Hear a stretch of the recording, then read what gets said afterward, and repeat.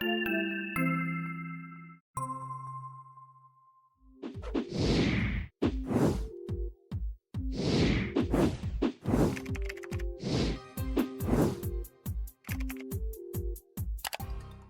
back.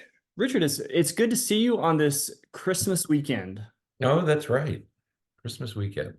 It is Christmas weekend. Your tie is of the festive flair, though mine is not. And in fact, even though it's Christmas weekend, we are not talking about a Christmas or holiday topic today.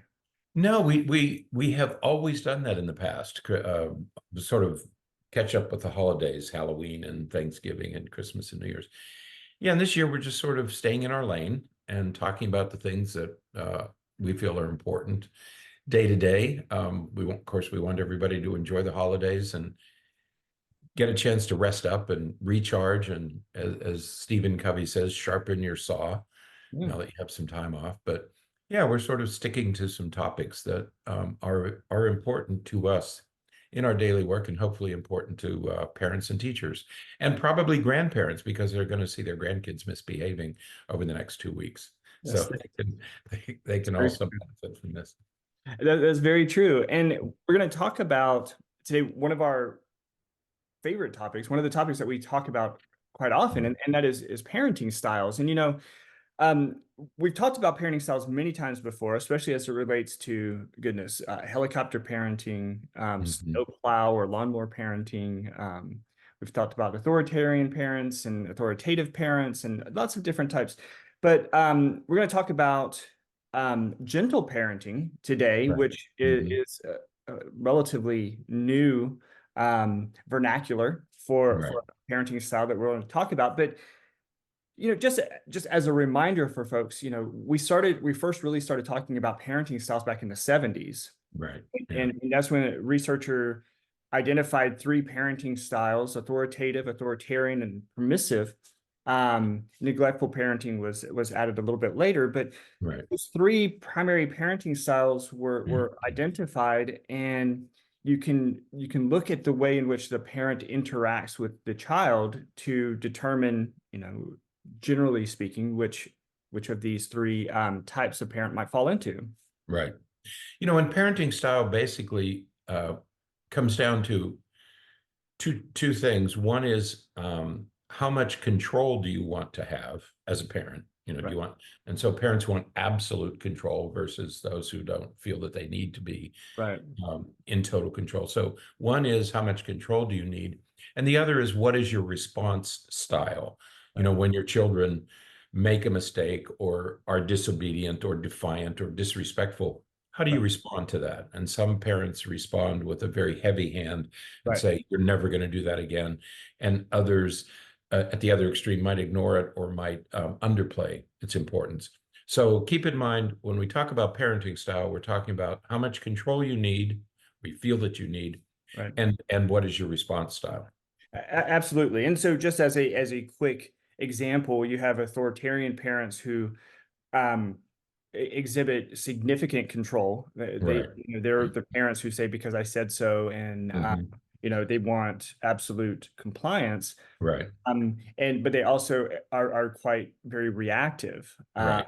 They Right. react pretty profoundly to child Mhm. misbehavior. But Right. then on the other end, you have passive parents who, you know, don't want that much control. They let their child kind of do everything, and they don't respond at all. Really, Right. especially at that neglectful Mhm. end of that spectrum. And so you have this broad range of response styles in those two domains. And so Right.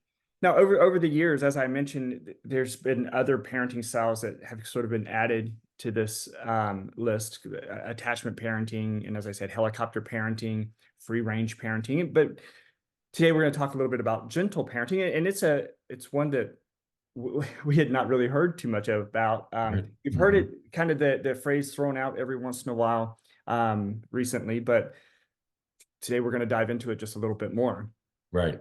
Yeah, because I think that in our work, the work that you and I have done, of books and blogs and podcasts and workshops, I think we sort of skew to the gentle parenting philosophy Right. that it's probably for most kids. I think for the overwhelming majority of children, gentle parenting is probably something to use or at least to consider using. We encourage parents to, on the one hand, set reasonable and age-appropriate boundaries and expectations. Right. But within that stadium, I call it a stadium of boundaries and expectations, let children explore and test and fail. Let them push their own boundaries so that they learn how to manage disappointment and failure. Because otherwise, if they're only succeeding, Right. they're never going to learn. They're never going to push themselves hard enough. Absolutely. So what we want to do, though, and Bernie, I can remember we had a patient, I think when maybe you and I were first starting, this could have been 20 years ago or something.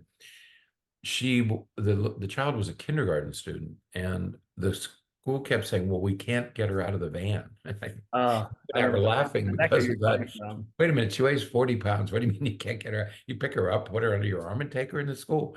And we were struck by that because we can't get her out of the van. And I'm picturing three adults and a 40-year-old 40-pound kid, and we can't get her out of the van. Yeah. What kids need to learn, and you and I are, I think, staunch advocates of this, they do need to learn that they can't encroach on the rights and privileges of others. Right. Okay. I mean, when we talk about gentle parenting, we're not talking about permissive parenting. Right. Kids need to learn there's no hitting and biting. You don't scream in a store. You don't play tag with your brother while you're in a grocery store. So we want to give kids those messages that you don't encroach on the rights and privileges of others, but they're encouraged to make mistakes and to ask questions and to explore as long as they're not imposing on others.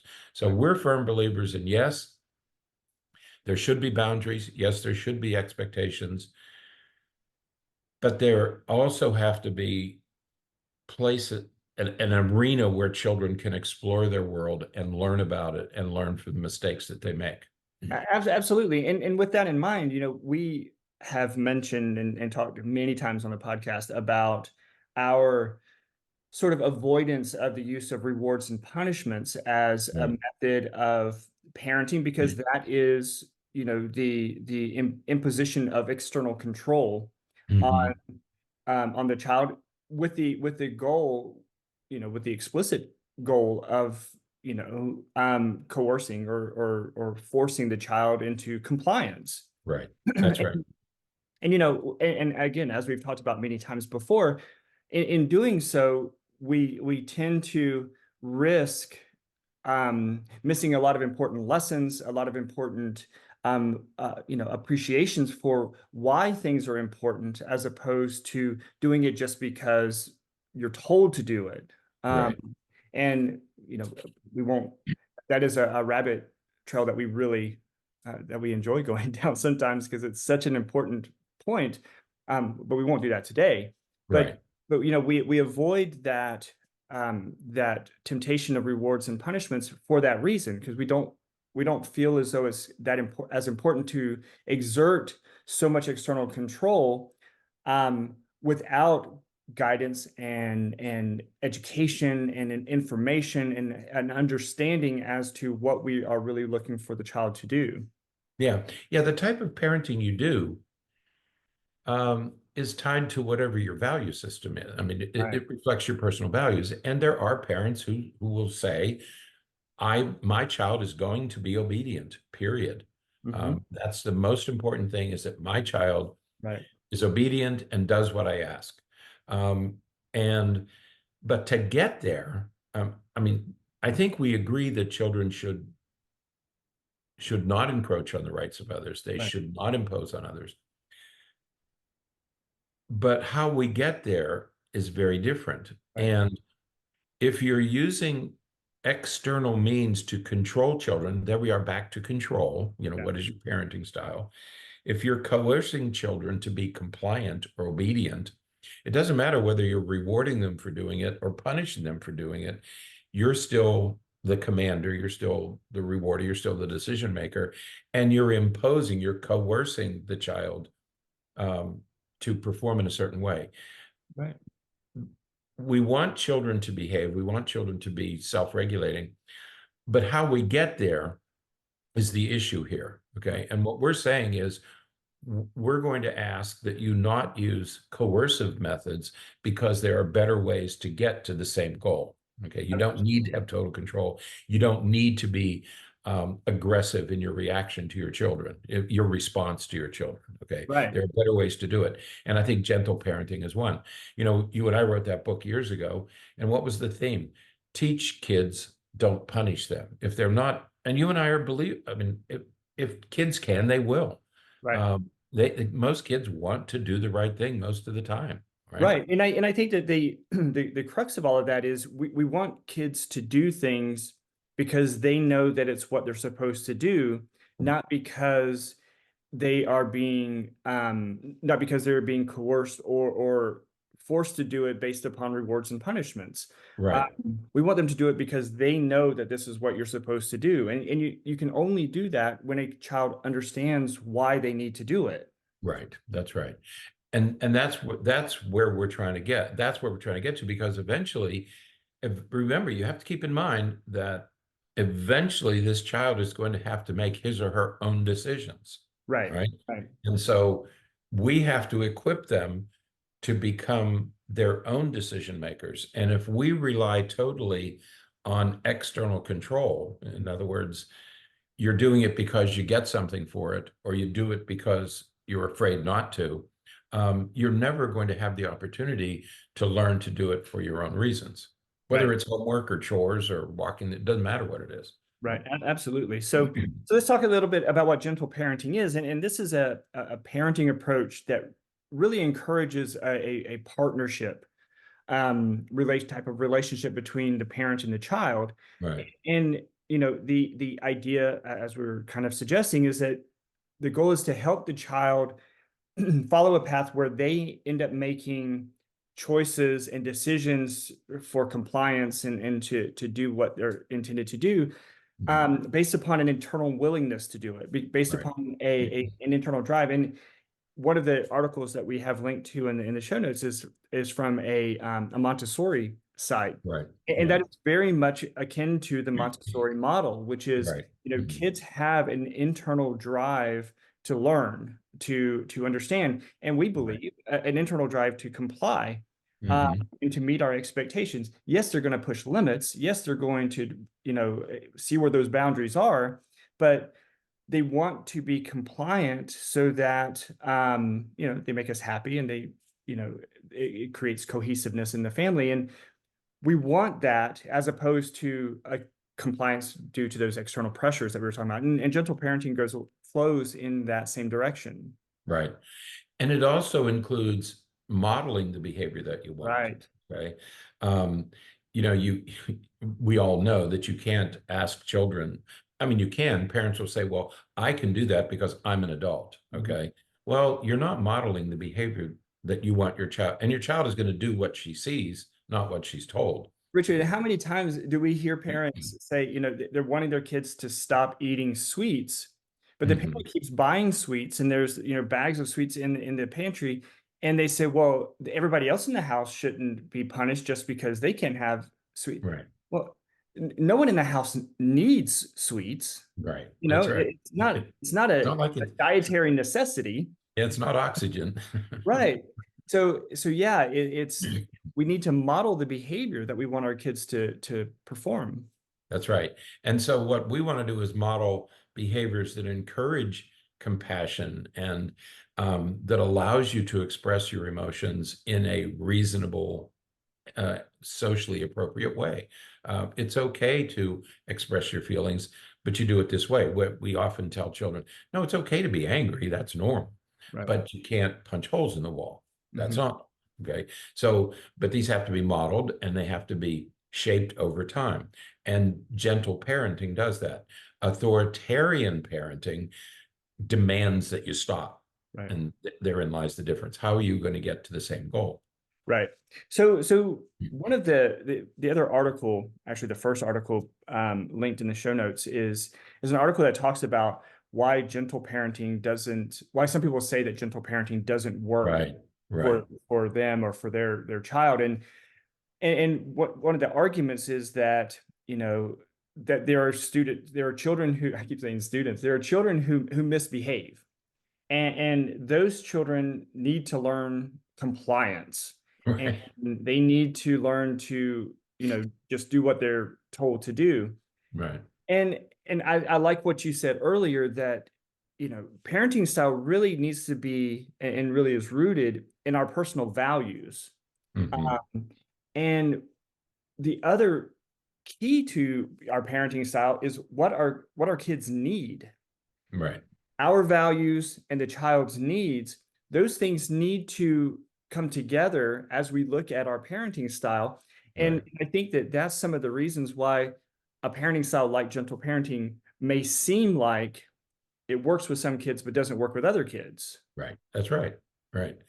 Yeah, even no matter what parenting style we're talking about, what this article talks about is gentle parenting fails. Why does it fail? Well, uh, we're not, it doesn't fail. Right. It works with many children. Right. Um, you can have two children, and I'm full disclosure, I have two grandchildren living in the same house, same genes, same parents, extraordinarily different. They are Yeah. day and night. Gentle parenting works with one. It doesn't work with the other Mm. because their temperaments are different. One Right. is a very easy child, does everything she's asked to do, doesn't need to be direct. I mean, when she gets tired, she gets cranky, but generally does everything. The other child is always testing the limits. Right. Okay. It's just the difference in temperament. Right. So you provide each child with what's needed Right. and what's effective. So you can have the same rules, and this is a fundamental mistake that many parents make. The rules apply to everybody. So Hmm. a rule is no cell phones at the dinner table. Right. Nobody, not the parents, not the kids, nobody. So the rule applies to everybody. But the consequences, the strategies, the messages you give to each child could be very, very different, Right. right? And that's where the difference is. It's not the rules that are different, it's what you do with each child, because you have to raise the child you have. My Right. son has two very different children. And Right. so he has to do one thing with one child and something different with the other child. So gentle parenting will work with most children. Does it work with all children? No, nothing works with all children. Right. So, but it works with most. Right. Because some kids need tighter boundaries. They Right. need I'm gonna use the word stricter, and by strict I mean more immediacy, more consistency, and more Mhm. sometimes even more inflexibility, more rigidness when it comes to expectations. Has to be more black and white because that's all they understand. When with the other one, you can be subtle, but with this Right. one, you have to say no. It's a hard no. Right. And we've talked before too about what the idea, what is misbehavior? When we talk Exactly. about kids misbehaving, behaving is behaving. Behavior is just an action. It's just what we see. Usually, most of the time, a behavior is meant to serve a message, to send a message or meet some kind of need or Mm. something. Well, we can either look at that as a nuisance or as a problem or as an issue, or we can try to figure out what the message is. Right. And Yep. the message may be as simple as I have too much energy to sit still right now. Right. That could Right. be the message. Right. And so then our response isn't I'm going to punish you until you can sit Right. still, or Mhm. it could be, well, let's figure out how to get rid of some of that energy in an appropriate way, Right. Yeah. so that you can do what you need to do. Yeah. Yeah. Misbehaving, you behave to get your needs met. You Yeah. do whatever you have to do to get, we all do that. That's universal. So you have to be careful about how you use this word misbehave. Does that mean that you broke a rule? Does it mean you refused, you were defiant, you were disobedient? What does the word, and you have to think carefully as a parent or a teacher or a partner, what does the word misbehave mean? And to us, it means you behave to get your needs met. You Mhm. don't have to attach the miss to it. You can just say, my child is behaving in some way. I need to understand what need is my child trying to meet.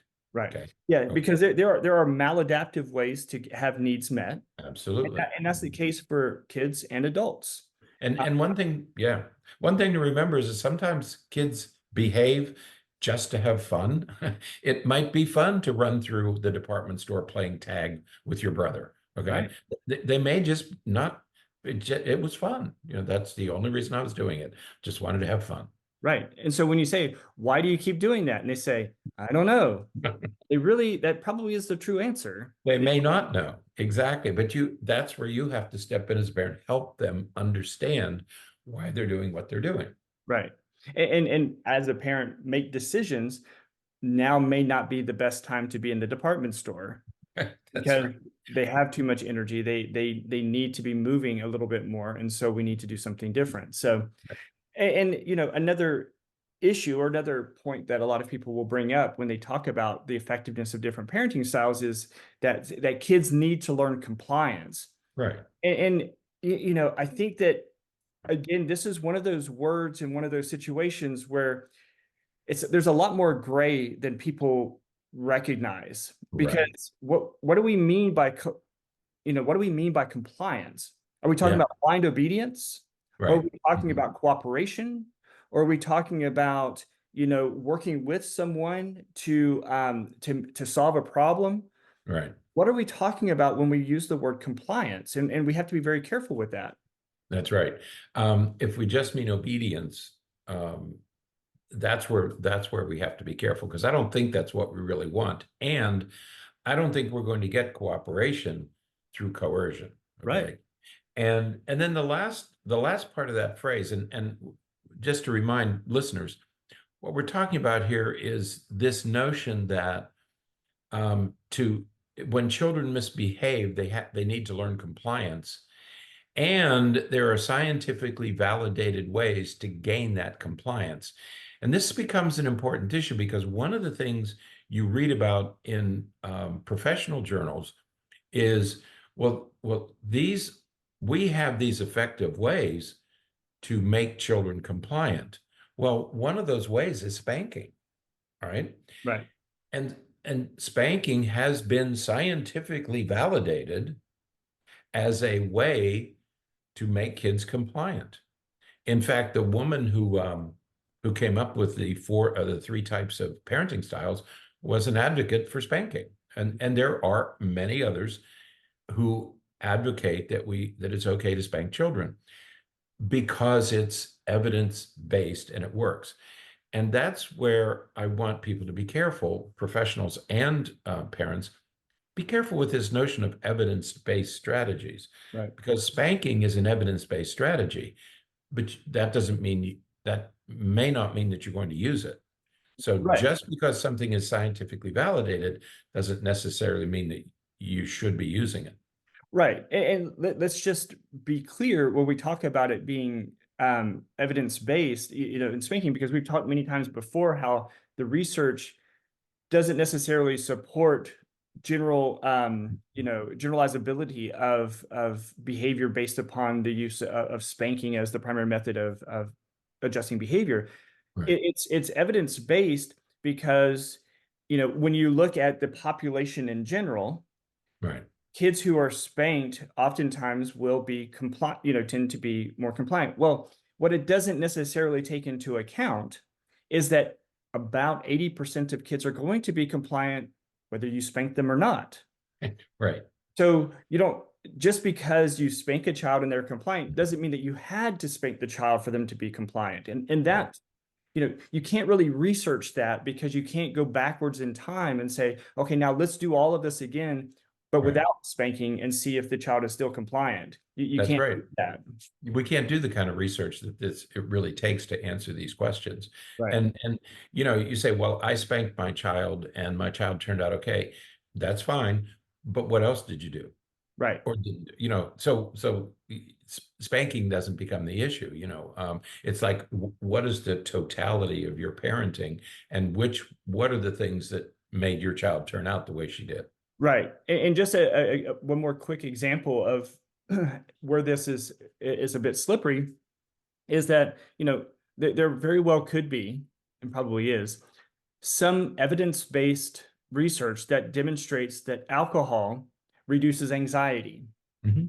Yeah. But that does not mean that alcohol is a good Anxiolytic. treatment for anxiety. Right. It's not something that we would recommend for anxiety. And so, yes, because of what it does neurobiologically to us, it resolves, and it limits or resolves or eases our anxiety, but that doesn't mean that it's a good treatment. So Right. just because it's evidence-based doesn't mean that it's necessarily something that we want to value and use. That's right. And whatever you use for an intervention, you don't want to ask, is it evidence-based? I think that's where we've gone astray with this whole evidence-based thing. You don't use something because it's evidence-based. You use something because it's effective. Spanking is evidence-based. Cognitive behavioral therapy is evidence-based, but it doesn't work for everybody.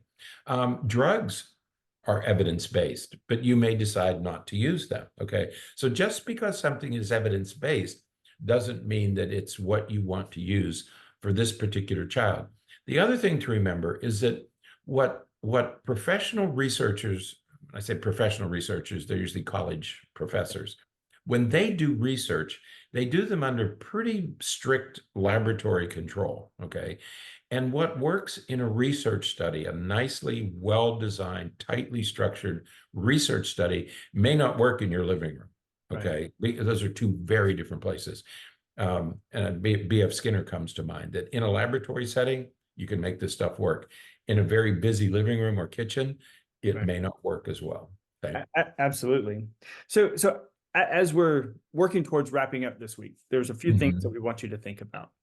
First off, think about, as you're looking at your parenting style and how you want to approach your parenting your kid. The first thing is, ask yourself, what do you want? If you want a child who is an all-star, a child who makes all A's, a child who never experiences failure, that is a very different type of parenting than if you want a child who experiences life in a more organic, free way. Because remember, nothing can be always. Anytime that you want a child to earn all A's or always win or always, have the perfect score, inevitably you're going to get to a point where they don't. So what are you going to do then? Right. How are you going to manage that? How are you going to manage a time when what you want, what your value is, doesn't match what your child needs? That's right.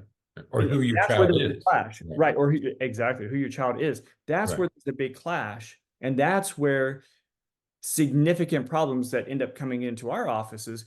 That's where those things begin. That's right. Because if you set out to create an all-star, or if you say to your child, you are capable of getting all A's, and I am going to do everything I can to make sure you do that, that's a recipe for disaster, because now you're talking about coercive parenting, whether it's reward or punishment. I'll buy you a car if you get all A's. That's coercion. It's a reward, but it's still coercion. You're doing this not for the value of learning. You're doing it because you get something for it. Okay. That's not how you want to do this. Okay. At some point, you're absolutely right. At some point, there's going to be a clash between parental expectations and who the child is. And I think we learned that. Remember, you all remember Tiger Mom, this idea that you can make your child into something, or the father is coach, or the stage mother who's going to push her daughter to be, well, eventually there's going to be some clash between those two. The other issue is, can you manufacture an all-star? Can a parent, have this little bundle of joy and look down and say, you are going to be an all-star baseball player? Can you do that? Possibly, but at what cost? What is it going to cost you? What is it going to cost the child? What's it going to cost your relationship? Okay. So we need to you have to decide, what do you want? And are you able to say, I'm going to make this child a professional athlete, or a straight A student, or a doctor, or whatever. Right. The next thing you have to ask yourself is when your child presents with behavior that you are disapprove of, or that you want to stop, Mhm. is it because they can't do what you want them to do, or is it because they won't do what you want them to do? Right. And the difference between can't and won't is immeasurable. That It's that is a significant difference, because Mhm. what we tend to do, what many parents tend to do, is they assume that it's a won't do. They tend to assume that the child knows what they need to do, is fully capable of doing what they need to do, knows when to do it, Mhm. chooses not to. Right. And it blows my mind every time when we have the discussions with parents and kids about this, because the child will agree, every time I do that behavior, I get in trouble. I don't want to get in trouble, but the parent still feels that the kid does it intentionally, knowing that they're going to get in trouble, knowing that they're going to lose their privileges, knowing that they're going to, be in the doghouse for a while, but they choose to do it anyways. Mhm. We encourage parents to consider the can't do, that, Right. maybe there's some component. Sure, they can perform the behavior. Sure, they know that they should be perform the behavior, but they don't always have the full capacity to perform that behavior that they know how to do at the time that they need to do it. That's right. Because they can't do. One of the most heartbreaking, and when we talk about won't, and that's what most parents do, they go to won't, she won't do it. She won't obey. She won't.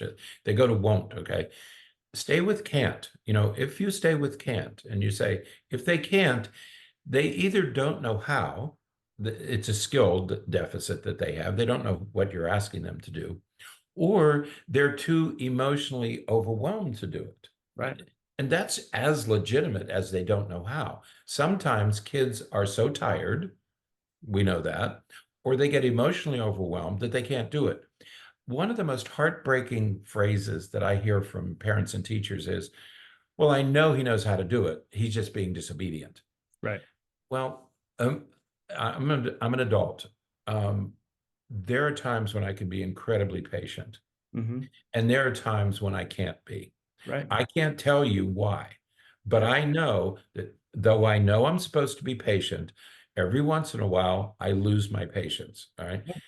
Kids do the same. That's what kids are like. Well, Richard, we can talk with the parents at the same time that they're saying this about their kid, and you can say, has there ever been a time when you had a really stressful day at work, and you Right. come home and you're a little more volatile, you're a little bit more likely to get into an argument with your Right. partner or with your kids, that has absolutely nothing to do with your partner or your kids, but you just had a rough. Do you not think that your kids could be the same way, that That's there could be something going on that makes it to where they can't make the decision that they should make? and that's the crux of gentle parenting is that we're saying, look, give your kids, if I get emotionally overwhelmed at work, made a mistake or ran into a problem, I'm going to bring that home with Mhm. me. And I'm going to be different to my family when I walk through the door. Okay. Kids do exactly the same thing. We understand as adults that, oh, I've had a bad day today. I didn't Right. get enough sleep. I got badgered at work. I'm being reprimanded for something I did or didn't do at work. And so it changes my mood. It changes my emotional valence. That's exactly what happens with children. Yeah. It's not that they're being disobedient or defiant or that they know how to do this so they can do it all the time. I, I know how to be patient too, but I don't do it all the time. Right. We're simply saying, give your children the same grace that you give yourself. Absolutely. So, you know, take consideration of these things. And you said a minute ago, you don't want to latch onto something just because people say it's effective, just because, truly, just because there's research to say that it's effective, because Right. there's research that can prove effectiveness for just about everything. I've even read articles that maybe justify, I don't know if that's the right word, justify, or They that's, do. hey, you know what, sometimes alcoholism just happens, and you just have to look at what's going on, and maybe it's just a functional thing for that person. And so be careful what you read, and just because it says it's effective, doesn't mean that it's going to be effective for you in your situation with you and your child. That's right. Just think about these other questions. What do you want and how do you want to view your child's behavior? Is it a can't do or won't do? Right. That's right. You can find evidence-based strategies for anything in the world. Okay. But that doesn't mean that it's right for this particular child. It may not be appropriate for this particular person. Absolutely. All right. Well, that is it for today. We'll be back next week for our last podcast of the year of 2023. That's right. Now, we really are at the cusp next week because we're going to bid farewell to 2023 and Yeah. begin to look forward to 2024. Hopefully 2024 won't go by as quickly as 23 did, but we'll see. They fly by. So, all right. Until then. Okay. All right. Stay happy, stay healthy. Forget to be afraid.